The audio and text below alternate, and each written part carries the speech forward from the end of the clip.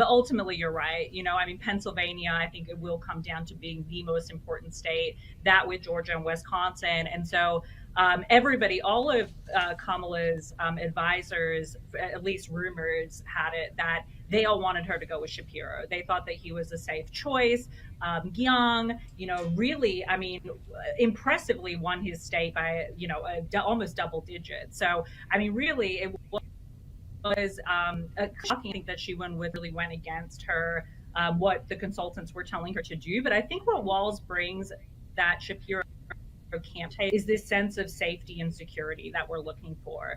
I think that American voters are really on edge right now, particularly in the Democratic Party. This has been a huge shakeup. It hasn't happened in extraordinarily time. And so I think that people are very nervous about a potential Trump presidency. And I think that she could have gone with Shapiro, who would have been, for all intents and purposes, would have been the person that everybody would sort of lean on, given that Pennsylvania connection. But Walz does bring that Midwestern dad, that Midwestern dad that even if you're not from the Midwest, you feel like you've always known and loved. And that trope has really been playing on social media. I mean, so many dad jokes have been going on about Tim Walz in the past few days since he's been announced.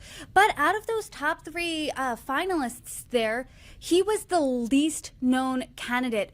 Do you think that this works for or against him and the ticket at large?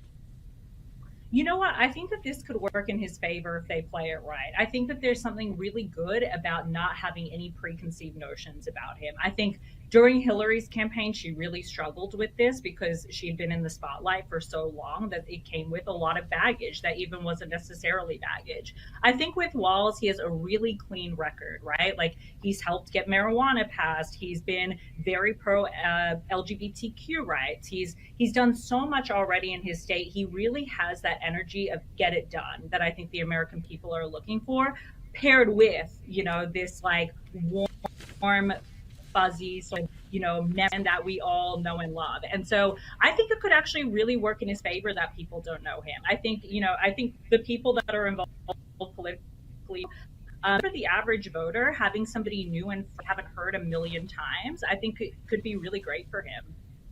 To your point, he does have a very progressive record as governor.